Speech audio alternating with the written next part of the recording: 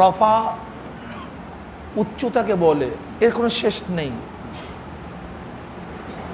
আল্লাহুল্লাযী রফা'আস সামাওয়াতি বিগাইরি আমাদিন তারাউনাহা, আসমানকে উঁচা করছে। কত উঁচা?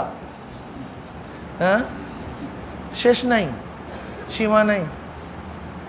এই যে আমরা সবুজ সবুজ দেখি, এটা আসমান না, কিন্তু আসমান আমাদের চোখে ধরা পড়ার মতো জায়গায় নাই, সে অনেক উঁচায়। কারণ আসমান এত উঁচায় যা কোনো বিজ্ঞানীরা আবিষ্কার করতে পারবে না।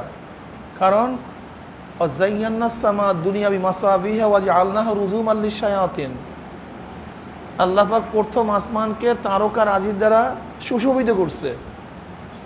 তা সমস্ত তারকা কোথায়? প্রথম আসমানে।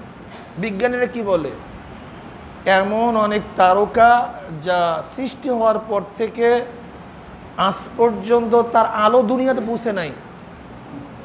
তাই সেই তারকা যদি প্রথম আসমানে হয়, তা আসমান কোথায়?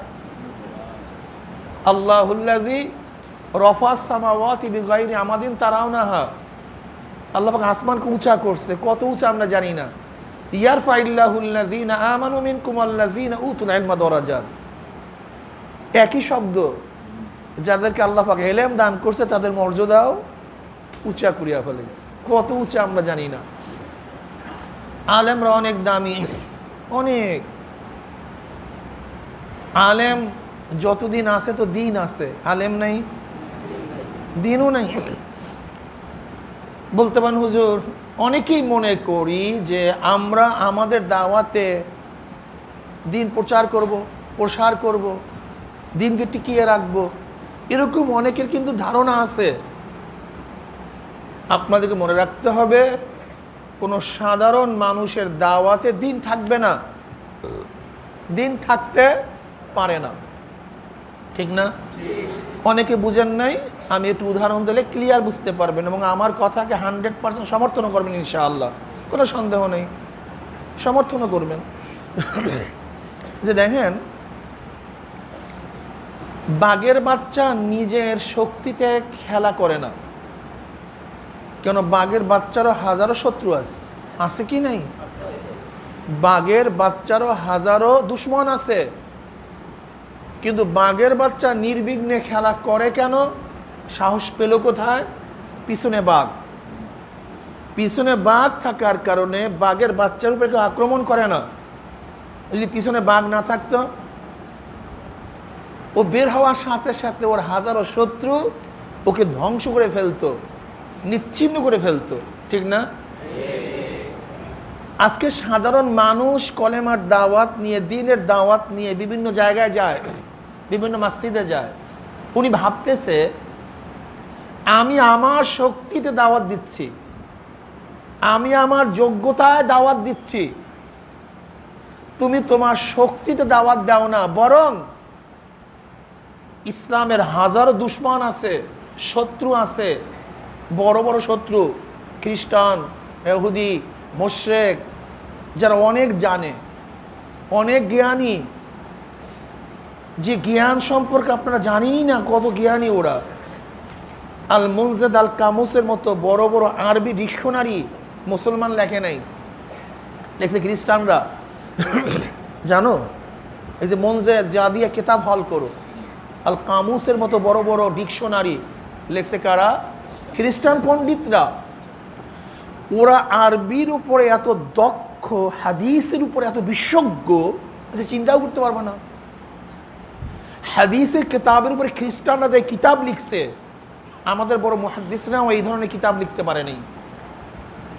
এত বিশাল কিতাব লিখছে খ্রিস্টানরা, এত জানে, অনেক জ্ঞান ওদের। শুধু ইসলামকে ধ্বংস করার জন্য ওরা জ্ঞান চর্চা করে। ইন কুনতুম ফি রাইবিম মিম্মা নাযালনা আলা আবদিনা ফাতু বিসূরাতিন মিন মিসলি ওয়াদউ শুহাদাআকুম মিন দুনিল্লাহি ইন কুনতুম সাদিকিন। এই চ্যালেঞ্জ আজ পর্যন্ত ওরা গ্রহণ করছে, আজও পর্যন্ত। এর জন্য আরবির উপরে বিশাল বিশেষজ্ঞ হয়ে গেছে। কোন জায়গায় ইখতিলাফ আছে, মতনৈক্য আছে, তারুজ আছে, তোমার আমার জানা নাই, কিন্তু খ্রিস্টান পণ্ডিতদের জানা আছে। কথা বুঝো নাই? তুমি যখন দাওয়াত নিয়ে যাবা, তোমার কাছে এক খ্রিস্টান পণ্ডিত আসবে, ভাই কি নিয়ে আসছেন? বলবে কোরআন হাদিসের দাওয়াত নিয়ে আসছি। এর মধ্যে ভুল আছে, এর মধ্যে কি আছে? ভুল। বলে এই যে দেখেন এই ভুল, এই সমস্যা, এই হাদিসের মধ্যে তারুজ।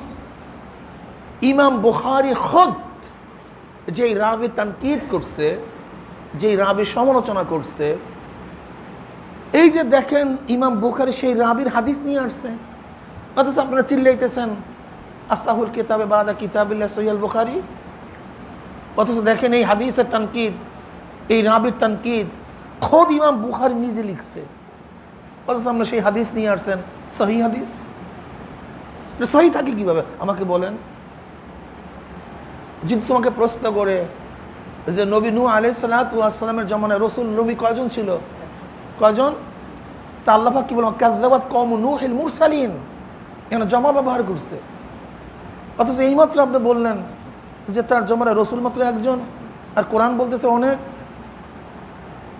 কি কিতাব নিয়ে আসছেন আপনি? কি তুমি কি বলবা?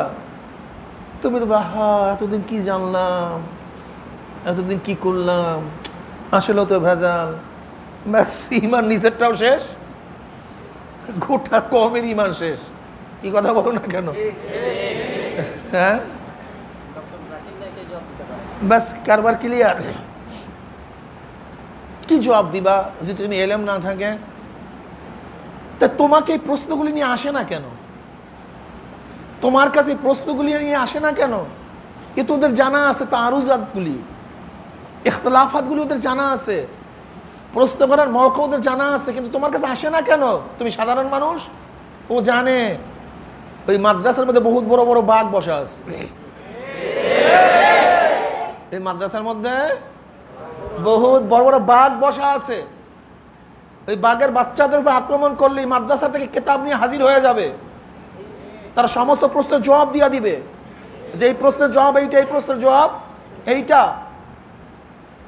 এই আলেম নামীয় বাঘ থাকার কারণে আজকে সাধারণ মানুষ কলেমার দাওয়াত দিয়ে মসজিদে যায়, অমুক জায়গায় যায়, তমুক জায়গায় যায়, আর ভাবে আমি আমার শক্তিতে দাওয়াতি কাজ করতেছি, আমি অনেক কিছু করে ফেলাইছি।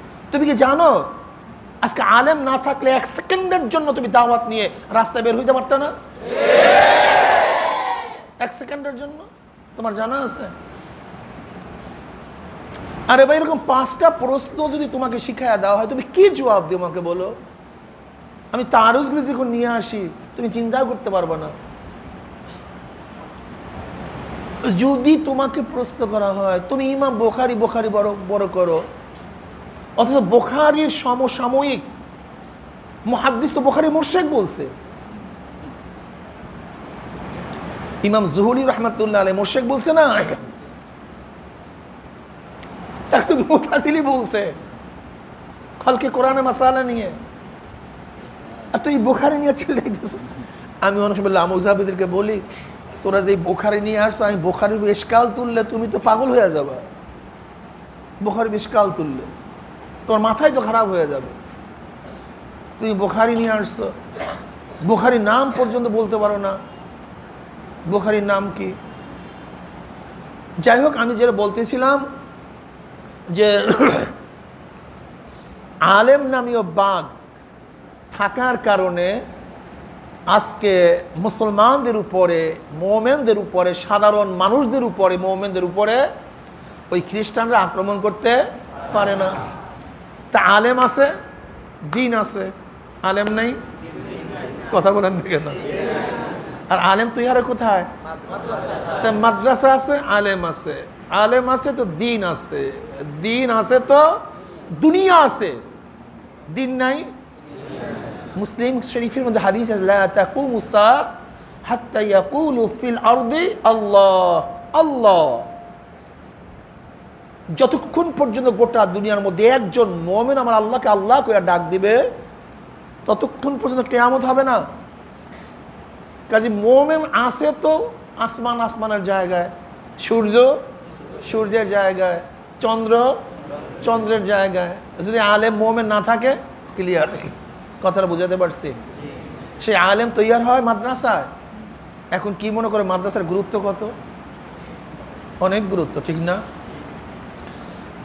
আলেম আছে, দিন আছে, দিনের বাতি। দেখেন এখানে বাতি জ্বলতেছে, এর পাওয়ার হাউস ভেড়ামারা, আশুগঞ্জ, কর্ণফুলী, আপনার সমস্ত খুলনার মানুষ ক্ষিপ্ত হয়ে গেছেন, বাতি ব্যবহার করবেন না। পাওয়ার স্টেশন ঠিক, তো বরিশালের মানুষ বাতি ব্যবহার করবে?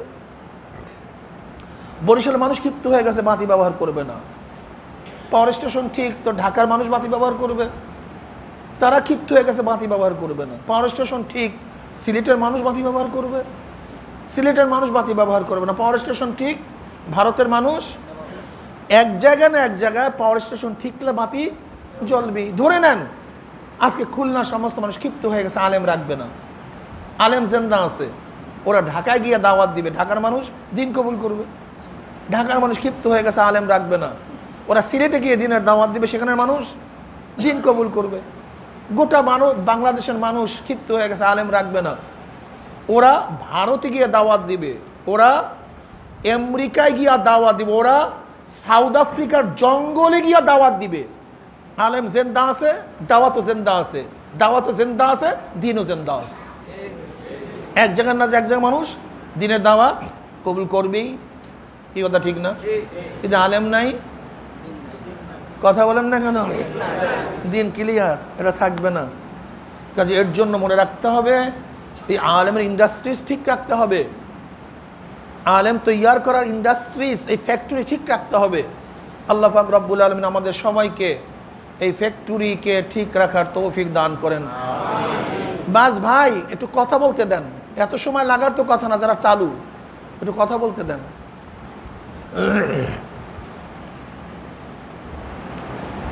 কি কথা ঠিক না? আলেম অনেক দামি, আলেমদের কদর করা চাই। আলেমরা কারা? ওয়ারাসাতুল আম্বিয়া, নবীর কি? নবীর ওয়ারিস। আপনাদের ধারণা কি যে ব্যক্তি ওয়ারিস হয় তেজ্য সম্পত্তির নির্দিষ্ট কোনো অংশের মালিক হয় না, সব সম্পত্তির মালিক হয়? শুধু টাকার মালিক হয়, জমির মালিক হয় না। শুধু জমির মালিক হয়, ঘরের মালিক হয় না। শুধু ঘরের মালিক হয়, গাড়ির মালিক হয় না, ঠিক না ভাই? কি কথা বলেন না কেন? সব জিনিসের মালিক হয় না, একেবারে নুনের বাটিরও মালিক হয়ে যায়। তা তোমরা কার ওয়ারিস? কথা বলেন না কেন? তাই নবী শুধু দাওয়াতি জিন্দিগি গ্রহণ করলা, তালিমি জিন্দিগি কি গ্রহণ করবে? তালিমি জিন্দিগি গ্রহণ করছো, দাওয়াতের জিন্দিগি কি গ্রহণ করবে? দাওয়াত ও তালিমের জিন্দিগি গ্রহণ করছো, তাজকিয়ার জিন্দিগি কি গ্রহণ করবে? তাজকিয়ার জিন্দিগি গ্রহণ করছো, জেহাদের জিন্দিগি এখানে আর ওয়ারিস নেই, এখানে মিরাজ শেষ হয়ে গেছে। কি কথা বলেন না, এখানে মিরাজ টিরাজ শেষ হয়ে গেছে। আদৌ ঠিক না, আদৌ। সাইদ খুদরি রাদিয়াল্লাহু তাআলা আনহু থেকে, আবু সাইদ খুদরি রাদিয়াল্লাহু তাআলা থেকে কি রওয়ায়াত আছে? মান রা মিনকুম মুনকারান ফালিয়ুগাইয়িরু বিয়াদিহি ফা ইল্লাম ইয়াসতাতি ফাবি লিসানিহি ফা ইল্লাম ইয়াসতাতি ফাবি কলবিহি ওয়া যালিকা আদাফুল ঈমান। রাহ মুসলিম। কোন শরীফের মধ্যে আসছে? মুসলিম শরীফ, হাদিস সহিহ, ঠিক না ভাই? যখন তোমরা আমরে মুনকার দেখো, গর্হিত কাজ দেখো, শক্তি থাকলে বিয়াদিহি মানে শক্তি, শক্তি দিয়ে পরিবর্তন ঘটায়া দাও। সেই শক্তি না থাকলে মুখ দিয়ে এমনভাবে বলো যেন পরিবর্তন ঘটে যায়, হয়ে যায়। যদি সেই পরিমাণে শক্তি না থাকে তাহলে মনে মনে কথা বলো না কেন? মনে মনে। এই তর্জমাটা ঠিক না, আমি এইটাই বলবো, এই তর্জমাটা ঠিক না। তাহলে কেন? দেখো তোমরা আলেম, তোমরা তোলাবা, আত্ম করছে তাকাইয়ের উপরে। কিসের উপরে? মান রা মিনকুম মুনকারান ফালিয়ুগাইয়িরু বিয়াদিহি ফালিয়ুগাইয়িরু বিলিসানিহি ফালিয়ুগাইয়িরু বিকলবিহি, নাকি ভাই? তা তুমি প্রথম তর্জমা নিলা হাতের দ্বারা পরিবর্তন করিয়া দাও, দ্বিতীয় তর্জমা নিলা জবানের দ্বারা পরিবর্তন, তা তৃতীয়টা ঘৃণা পাইলা কোথায়? সেখানে তো পরিবর্তন শব্দ আসবে। তুমি আগের দুটো তাগাইয়ের অর্থ পরিবর্তনের কথা বললা, শেষেরটা তুমি ঘৃণা পাইলা কোথায় আমাকে বলো।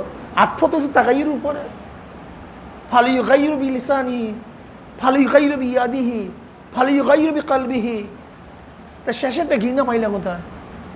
সেখানে তর্জমা তো এইভাবে হইলে সুন্দর হয় যে মনে মনে পরিকল্পনা করো কিভাবে পরিবর্তন করা যায়।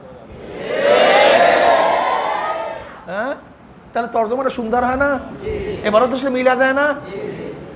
ঘৃণা এবং পরিকল্পনার মধ্যে পার্থক্যটা কি, এইটা বুঝে আসলে হাদিসের তর্জমা বুঝে আসবে। তাহলে বুঝবা কার তর্জমা সঠিক। ঘৃণা এবং পরিকল্পনার মধ্যে পার্থক্যটা কি? দেখো, এখানে ময়লা কি আছে? গন্ধ ছড়াইতেছে। আমরা এখান থেকে যত মানুষ যাব, সমস্ত মানুষ কি বলে? গন্ধ, ময়লা, নাকের মধ্যে রুমাল চাপা দেব, হাঁটিয়া যাব। কি প্রকাশ হইল? কথা বলেন না কেন? কি প্রকাশ হইল? যদি 1 কোটি মানুষ যায়, 5 কোটি মানুষ যায়, 100 কোটি মানুষ ময়লার এখান থেকে যায়, সবাই কি করবে? কথা বলেন না কেন? কিন্তু ময়লা ময়লার জায়গায়, ময়লা সে আরো পচে আর দুর্গন্ধ ছড়াইতেছে, সে পচতেছে। তাই 1 কোটি 500 কোটি মানুষের ঘৃণায় ময়লা দূর হয় নাই, বরং পচে, দুর্গন্ধ বাড়ে। কিন্তু তোমাদের মধ্যে একজন মানুষ শুধু পরিকল্পনা করছে, একজনে ময়লা সরানো দরকার, বালতির প্রয়োজন, পানির প্রয়োজন, সোটার প্রয়োজন, ঝাঁটার প্রয়োজন। একটা মানুষ পরিকল্পনা করিয়া বালতি দিয়া পানি মাইরা ঝাঁটা দিয়া সুন্দর মতো পরিষ্কার করিয়া দিছে, ময়লা আছে? 5 কোটি মানুষের 100 কোটি মানুষের ঘৃণায় ময়লা, আর একজনের পরিকল্পনায় ময়লা নাই। Far difference. তর্জমা আগে বুঝেন সমস্যা কোথায়, ইসলামী জগতের সমস্যা কোথায়, আগে সমস্যা চিহ্নিত করেন, তারপর সামনে কদম বাড়ান। আজকে আমাদের মধ্যে পরিকল্পনা নাই, ঘৃণা আছে, পরিকল্পনা নাই। এর জন্য ময়লা বাড়তেছে, দুর্গন্ধ বাড়তেছে, আরো পচতেছে, আরো ময়লা হচ্ছে। কিন্তু যখন এই মুসলমান গোষ্ঠী পরিকল্পনা করবে এই সমাজকে কিভাবে পরিবর্তন করা যায়, এই দুর্গন্ধ আবর্জনা কিভাবে সরানো যায়, এই খোদাদ্রোহী শাসকদেরকে, খোদাদ্রোহী আইনকে উৎখাত করে মদিনাওয়ালার আইনকে কিভাবে বাস্তবায়ন করা যায়, হার ফর্ম থেকে, হার এলাকার থেকে, হার শখসিয়াতের থেকে, হার ব্যক্তির থেকে যদি পরিকল্পনা আসতো, তাহলে এই ময়লা মরক, এই পচা গান্দা সমাজের মধ্যে থাকতো না, দূর হইতে বাধ্য। কিন্তু পরিকল্পনা নাই। আমি তোলাবা ওলামাদেরকে বলবো, আমার ওলামায়ে কেরাম, তোলাবায়ে আযাম, আল্লাহ পাক শুধু এই পেট পিটের জন্য আমাদেরকে সৃষ্টি করেননি। এই পাঠন পঠন আর পঠন ছাত্র জীবনে পড়ছি, উস্তাদ জীবনে পড়াবো, এই শুধু এই কাজ, এই পাঠন পঠন না। আমাদেরকে মাওলা পাক রব্বুল আলামিন ভিন্ন এক উদ্দেশ্য সৃষ্টি করছেন, ইন্নী জাইলুন ফিল আরদি খলিফা। কাজী আল্লাহর প্রতিনিধিরা শুধু পিঠ এবং পেট নিয়ে ব্যস্ত থাকলে হবে না। আল্লাহর প্রতিনিধিদেরকে, তাদেরকে পরিকল্পনা গ্রহণ করতে হবে, আল্লাহর জমিনে আল্লাহর হুকুমতকে বাস্তবায়ন করার চেষ্টা করতে হবে। এবং শুধু ঘৃণা করলে চলবে না, আমাদেরকে সংকল্পবদ্ধ হতে হবে, গভীর ফিকির করতে হবে। এই জন্য আল্লাহ পাক কি বলেন? আফালা তাতাফাক্কারুন আফালা তাআকিলুন ইয়া উলিল আবসার ইয়া উলিল আলবাব লিউযহিরাহু আলা দ্বীনি কুল্লি। এ ব্যাখ্যা আজকে আর দেবো না, সময়ও নেই। এখানে লিউযহিরাহু আলা দ্বীনি কুল্লি, এই দ্বীনে কুল্লিটা কি? সমস্ত দিনের উপরে নবীর দিন বুঝে অর্জন করবে। তাহলে গায়রের দিনকেও এখানে দিন বলা হয়েছে, গায়রের দিনকেও দিন বলা হয়েছে। তাই গায়রের দিনটাকে একটা আদর্শ, একটা নীতি, হিন্দুদের একটা নীতি, খ্রিস্টানদের একটা নীতি আদর্শ, ইহুদিদের একটা নীতি আদর্শ, খ্রিস্টানদের একটা নীতি আদর্শ, সক্রেটিসের, Plato, Aristotle, Locke, Montesquieu, Abraham Lincoln, Karl Marx, Mao Zedong, এদের একটা নীতি এবং আদর্শ। চাইছে ডেমোক্রেসি হোক, সোশ্যালিজম হোক, ক্যাপিটালিজম হোক, কমিউনিজম হোক, এগুলি একটা নীতি আদর্শ। লিউযহিরাহু আলা দ্বীনি কুল্লি, গোটা দুনিয়ার মধ্যে যত নীতি ও আদর্শ আছে সমস্ত নীতি ও আদর্শের উপরে নবী আলাইহিস সালাতু নীতি ও আদর্শ বিজয় অর্জন করবে। হুয়াল্লাযী আরসালা রাসূলাহু বিল হুদা ওয়া দীনিল হক লিউযহিরাহু আলা দ্বীনি কুল্লি। এই আলা দ্বীনি কুল্লিটা কি? আমার নবীর বাহিরে যত নীতি ও আদর্শ আছে দুনিয়ার মধ্যে, যুগে যুগে সর্বকালে সবসময় আমার নবীর নীতি ও আদর্শ সমস্ত নীতি ও আদর্শের উপরে বিজয় অর্জন করবে। অথচ দেখা যায় আমরা তার উম্মাদ হয়ে তার কিতাব পড়ে, সেই কোরআন হাদিস পড়ে আজকে গণতন্ত্রবাদ সম্পর্কে জানি না তোলাবাড়া, সোশ্যালিজম সম্পর্কে জানি না তোলাবাড়া, কমিউনিজম যেটা আদর্শ জানি না তোলাবাড়া, সেকুলার একটা আদর্শ জানি না তোলাবাড়া। তা তুমি কিভাবে বিজয় অর্জন করবা? কও আমাকে। তুমি তো আদর্শ হিসেবে জানতে হবে। সেইটা জানার পরে, যেমন আমরা মুতাজিলীদের বিরুদ্ধে, মুআত্তিলাদের বিরুদ্ধে, জবরিয়াদের বিরুদ্ধে, খারিজিদের বিরুদ্ধে, রাফিদের বিরুদ্ধে, ইসনা আশারিয়াদের বিরুদ্ধে, শিয়াদের বিরুদ্ধে আমরা জানি না, জানার পরে তো তাদের উপরে তানকিদ করি, আমরা দালাইলের ভিত্তিতে তাদের জবাব দিই। তুমি জানোই না এগুলি কি, তা জবাব দেবে কীভাবে আমাকে বলো? শোনো, আমাদের আকাবেররা যেই সময় যখন যেই ফিতনা আসছে সেই ফিতনাকে সামনে রেখে আমাদের আকাবেররা জবাব দিছে। অথচ বর্তমান হাল জমানা ওই আকায়েদের কেতার মধ্যে এই মুতাজিলি, মুআত্তিলি, জবরিয়া, কাদরিয়া, রাফিজি, খারিজি আছে আমাদের বাংলাদেশে একজন। আমাদের দেশে তো আছে socialism, capitalism, communism, democracy, secularism, তো জানি না। লিউযহিরাহু আলা দ্বীনি কুল্লি, এর জন্য আল্লাহ পাক আমাকে এবং আমাদের সবাইকে আমার নবীর আদর্শ সমস্ত আদর্শের বিজয় অর্জন করার তৌফিক আল্লাহ পাক আমাকেও দান করুক, আমাদের সবাইকে দান করুক। সুবহানাকাল্লাহুম্মা ওয়া বিহামদিকা আশহাদু আল্লা ইলাহা ইল্লা আনতা আস্তাগফিরুকা ওয়া আতুবু ইলাইক। দোয়া আমনে করে দেন, আমনে দোয়া করে দেন। اللهم من ربنا ظلمنا انفسنا وان لم تغفر لنا وترحمنا لنكونن من الخاسرين